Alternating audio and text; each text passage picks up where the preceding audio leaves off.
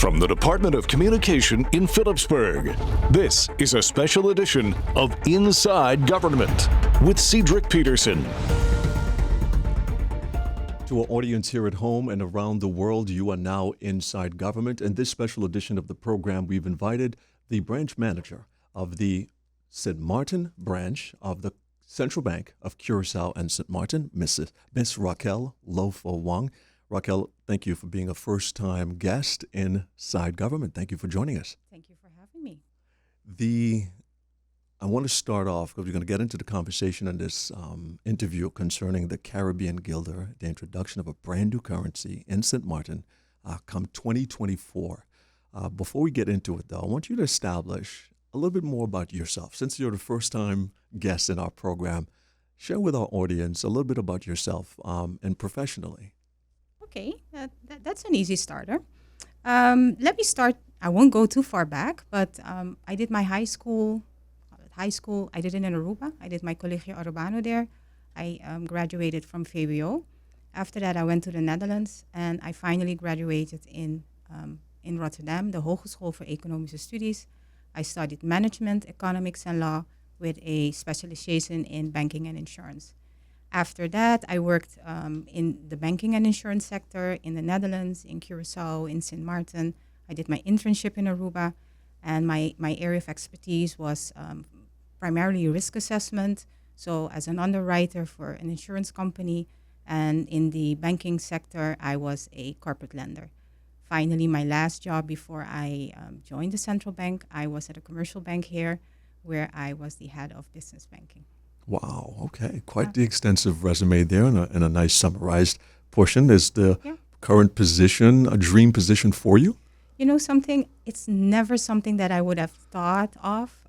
When I was growing up, I had totally different aspirations. I wanted to see the world. I wanted to travel. And I think as you study and you get your field that you're comfortable in, and my field was definitely the banking and insurance field, you evolve in your role and you get more comfortable. And every step that you do is a step up. And finally, I ended up where I am. Let's get into the conversation of the Caribbean Guilder and introduction of this brand new currency at a very interesting time in the world economy. Most frequently asked question that comes up, how long after the introduction of the Caribbean Guilder can one exchange the old Antillean Guilder to the Caribbean Guilder? Actually, that will be a very long time. It will be a period of 30 years. The first year, we encourage everybody to go to the commercial banks, and the 29th year after, that can be done at the central bank. I think it's important to mention that, when you do exchange like these, we have to be careful of all the anti-money laundering laws and the combating of financing of terrorism regulations. So those will be very strictly enforced. How long after the introduction of the Caribbean Guilder can the actual Netherlands Antillean Guilder be used for cash payments? That will be only 3 months. We really encourage a short period to ensure that the Caribbean Guilder is adapted and accepted as much as possible. So after 3 months, that currency is no longer legal tender and will be taken out of circulation as much as possible. We're going through this process. You have a specific company that I believe that you have, that you call the Supplier. Mm-hmm. Explain that process. When I was doing a little research, I realized that there's quite an extensive look at how you get your suppliers. Explain to us simply, how does that work? Yes. So we have had a tender, a tender where we invited companies to participate, both for the banknotes and the coins. We had a very extensive process in finding out or deciding who we're going to work with. We looked at items such as price, design, the type of material that they propose to use.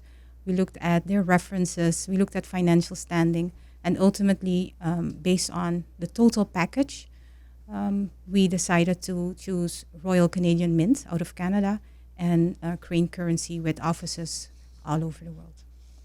So who will be supplying the Caribbean Guilder now? Just to make that clear, who will be the So we supplier? have two suppliers. One is Royal Canadian Mint, who will be supplying the coins. And the other supplier for the banknotes is Crane Currency.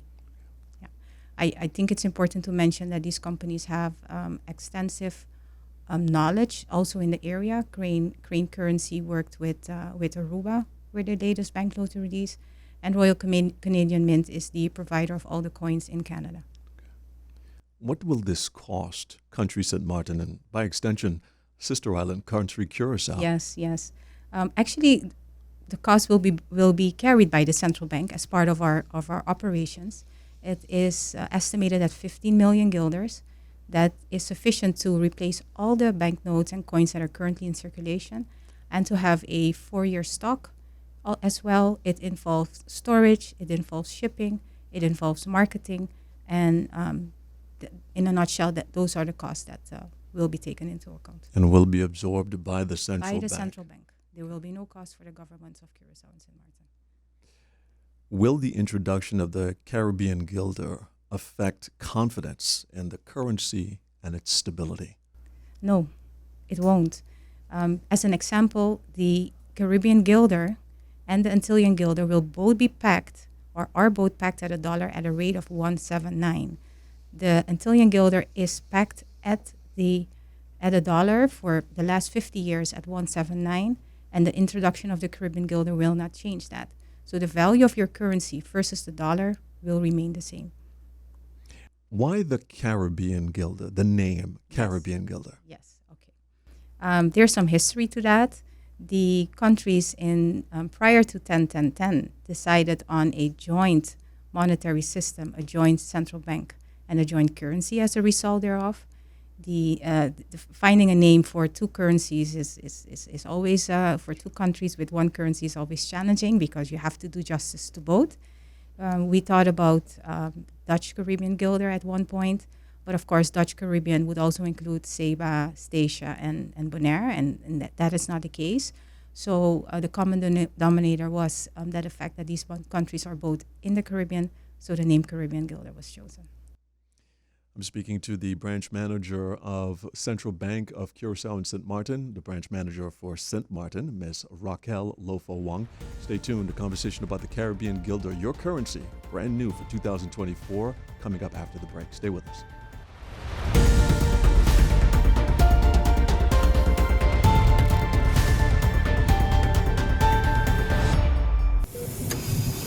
During the hurricane season, patients with chronic long-term diseases such as diabetes, hypertension, kidney disease, and others who need to follow a specific diet are reminded to ensure that their hurricane kit includes 2 weeks of non-perishable foods that allow them to continue to follow their recommended diet. These patients should also have extra medication and medical supplies and continue to use them as prescribed by their house doctor or other treating physician during and after the hurricane. These items vary per patient, so patients should contact their doctor to find out what the most suitable foods for their conditions are. If you have a family member or a friend who takes prescribed medications or needs to follow a specific diet, call, text, or pass by them to make sure that they're prepared. This message has been brought to you by the St. Martin Medical Center and the Department of Communication.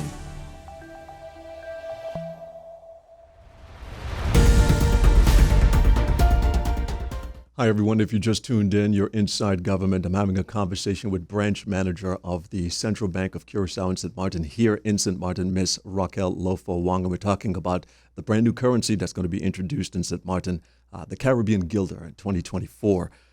Raquel, we left off talking about why the name Caribbean guilder.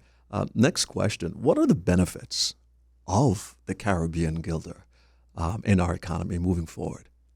I think for the public, what you will see is that we're going to have a currency that is up to date, that has the latest security features, that is difficult to counterfeit, and it will also be something that we can be proud of, that will showcase for both Curacao and St. Martin our history and our culture. Can I challenge you a little bit just to break it down? Security and money, how that works. I think there's a full video on Central Bank of St. Martin and Curaçao's website.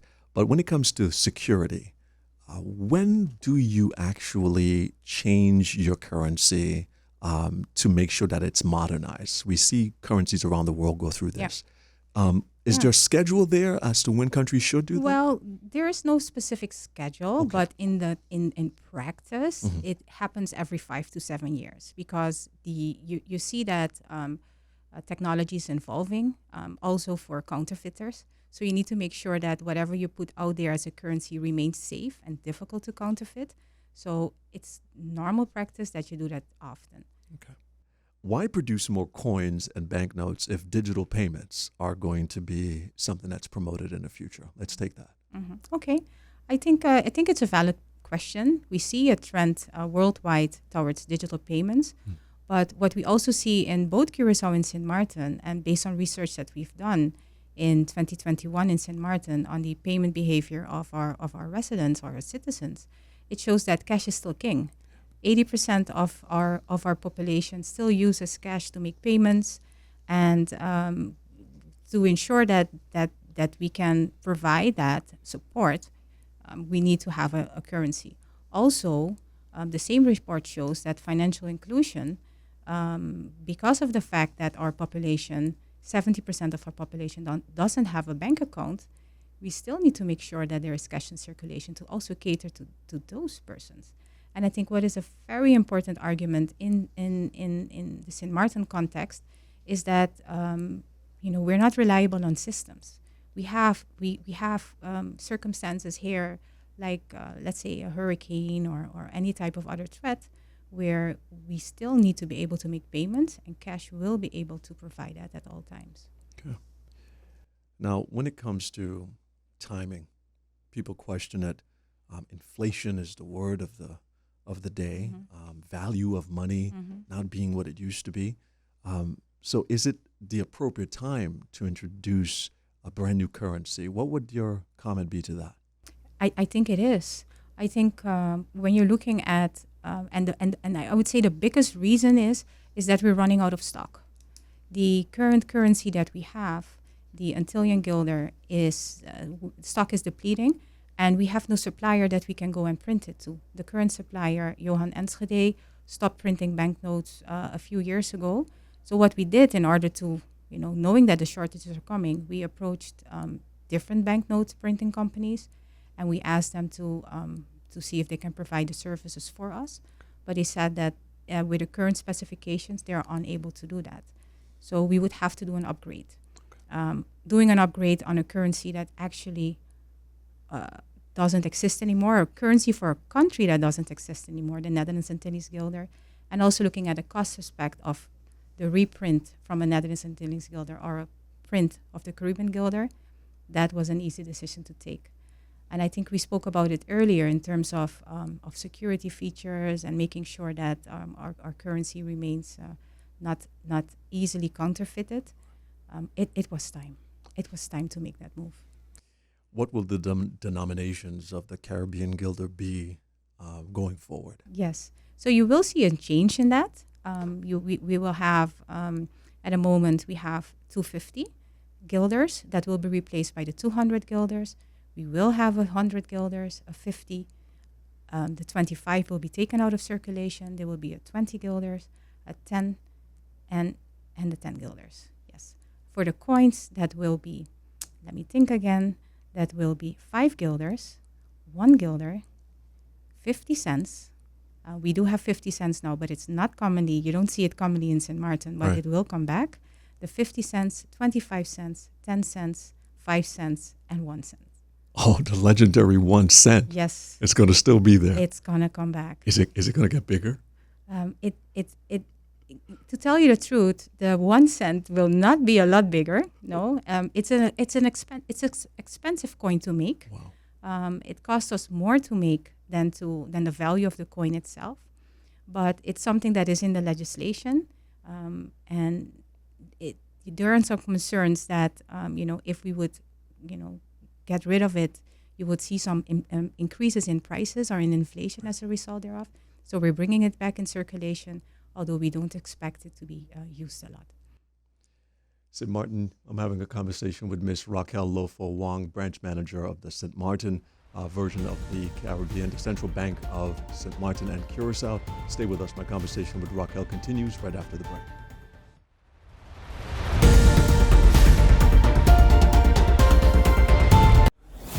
During the hurricane season, a potential tropical cyclone can produce rainfall that can cause flash flooding and rockfalls. Stay away from flood-prone areas during heavy rainfall, such as Jump Up Casino on Emma Plain Road in Phillipsburg, ATLH Road Roundabout, L.B. Scott Road from Emilio Wilson Park until Cake House Supermarket, Zaker's Gut from Petro Plus gas station until the Seventh-day Adventist Church, Welcalaken Road Hill from Welcalaken Road Roundabout until the Wantete Loke Roundabout, Beacon Hill Road from Sunset Bar and Grill until the beginning of White Sands Road, and Rhine Road, also known as Mullet Bay Road, after Sonesta Maho Beach Hotel to the entrance of Cooper Coy from the intersection of the University Drive until the intersection of Rio Grande. For more information on how you can keep yourself and your family safe this hurricane season, visit stmartingolf.org/hurricane. This public service announcement is brought to you by the government of St. Martin. The Antillean florin. The Antillean florin is the official currency of Curaçao and St. Martin. It succeeded the Curaçaoan guilder and was also used in Aruba, Curaçao, Bonaire, Saba, St. Martin, and St. Eustatius until 1952. In Aruba, it was replaced by the Aruban florin in 1986, and in Bonaire, Saba, and St. Eustatius, it was replaced by the US dollar in 2011. Denominations and subdivisions. The official bank denomination of the Antillean florin is NAF, and it is also commonly referred to as AFL or ANG. The florin is subdivided into 100 cents. However, there have been proposals to replace the Antillean florin with the newly created Caribbean florin. Historical background. In the 18th century, the Dutch florin circulated in the Dutch Antilles. It was later supplemented by a specific coin for the Dutch colonies in the West Indies. The Dutch florin was reintroduced in 1828, and banknotes in various denominations were introduced in 1892 and 1900. Changes and reintroduction. In 1940, the connection with the Dutch currency was broken due to the German occupation, and a fixed exchange rate with the US dollar was introduced. Over time, the exchange rate has been adjusted several times. Aruba obtained its separate status in 1986 and introduced its own currency, the Aruban florin. The Antillean florin was gradually replaced by the US dollar in Bonaire, Saba, and St. Eustatius from January 1, 2011. Banknotes and name changes. The Curaçao Bank introduced banknotes in various denominations, including 25 and 50 cents, 1 and 2.50 florin in 1892. In 1900, banknotes of 5, 10, 25, 50, 100, 250, and 500 florin were introduced. Banknotes of 1 and 2.50 florin were suspended after 1920 but were reintroduced as coin banknotes by the government in 1942. The name, Nederlandse Antillen, appeared on the banknotes from 1954 onwards. The central bank's name changed to Banco de Antillas Hollands in 1962. Design changes and discontinuation. In 1969, banknotes with the date August 28, 1967, were introduced. The front of these banknotes depicted the Statute Monument, while the back featured a new coat of arms. The production of the 500 florin banknote was discontinued in 1962. The last banknotes in denominations of 1 and 2.50 florin were issued in 1970.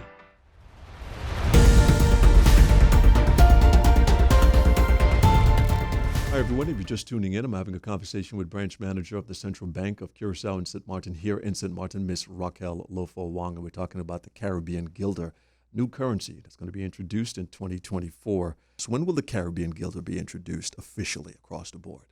Oh, that is a day that we still keep on the wraps, but it will be in the second quarter of the second half. Let me say it like that, of 2024. Now, when it comes to creating money, is there, because it's a design, so copyright becomes a question. Who holds the copyright to the designs of the coins and the banknotes? We have legally established that with the suppliers that it will be the central bank. Okay. Yeah. The digital currency is the topic of the day.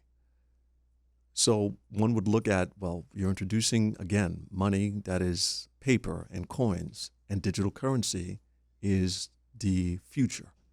So how do we take the public and educate them about transitioning to digital currency. What will be the next step there? When you transition to a digital currency, we don't have digital currency. You mean digital payments? Right.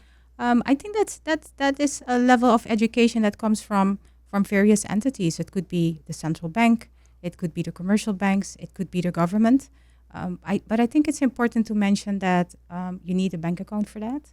We have seen that from research at the moment that we have 17% of our population that do not have access to a bank account. Mm-hmm. So even though that trend is there and it's important that we see that, and we also see that with the the banks are not issuing checks anymore, cash is still an important payment instrument in both Curaçao and Sint Maarten. And that is one of the reasons why we are, as our mandate is to ensure a safe and efficient payment system, to ensure that there's sufficient cash in circulation to cater to those that do not have, or those that still use cash, or those who do not have access to a bank account. The future of digital currency. Can you give us some insight there? Though we do not have that right now, what exactly might be coming down the pipeline? Can you put us into a perspective as to what we can expect in the future if we do transition to something like that? What would that mean for us? We have the central bank have looked into this, and what we see is that a lot of central banks are still doing research into this topic. So our position is that as it is at the moment, it's not something that we are endeavoring in. However, we do have this mandate to make sure that our payment systems, both, let's say digitally, if I say both digitally and, let's say actual cash are in order. So we have made changes, or we have made adjustments. We're coming out with a new Caribbean Guilder. We have introduced instant payment last year, whereby a transfer from one bank to another bank is done instantly. So, although we might not endeavor into the digital payment world, or the digital currency, so to speak, we do have taken other steps, and we will take other steps to make sure that our mandate of ensuring a safe and efficient payment system is adhered to. So the Caribbean Guilder, brand new currency rolling out. How long do you think it would take, like you said earlier, for those that might be tuning in, the process of the Caribbean Guilder becoming the norm and people being comfortable with it? How long does that normally take based on the prospectus of the central bank? Well, we will start early.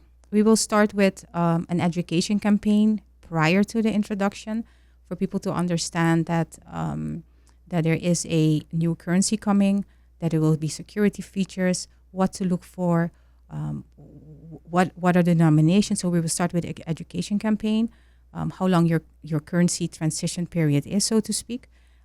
What we have seen in other countries is that in the first year, majority of the currency, of the old currency that is in circulation, will be taken out. And for those other cases, there is still a period of 29 years to do that.